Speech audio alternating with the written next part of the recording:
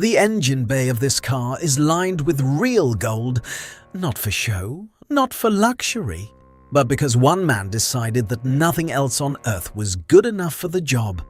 He set out to build the greatest road car ever made and refused to compromise on a single detail. 30 years later, nothing has truly beaten it. It began in an airport lounge in 1988. A brilliant Formula One designer named Gordon Murray was waiting for a delayed flight home, and as he waited, he sketched a car. Not a race car, the ultimate road car, one with no compromises at all. That sketch became the McLaren F1.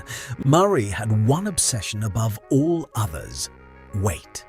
Every single gram was the enemy.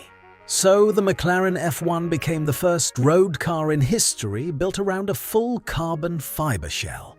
Featherlight, impossibly strong, he weighed everything that went into that car, right down to the toolkit which he had made from titanium. And then he did something no one had ever dared on a road car. He put the driver in the middle, dead center like a fighter pilot, with a passenger seat tucked slightly behind on either side. Perfect balance, perfect vision. 3 seats, and the best one in the house belongs to you. For the heart of it, he needed the perfect engine. And when he asked, one German engine maker delivered something magnificent. A naturally aspirated V12 screaming out well over 600 horsepower, no turbochargers, no traction control, no electronic safety nets, just an engine, a driver, and enormous trust. But that V12 produced ferocious heat, and here is where the obsession becomes legend. Murray needed the very best heat reflector that exists, and that material, quite simply, is gold. So they lined the engine bay with pure gold foil, not as jewelry, as engineering, because nothing else performed better.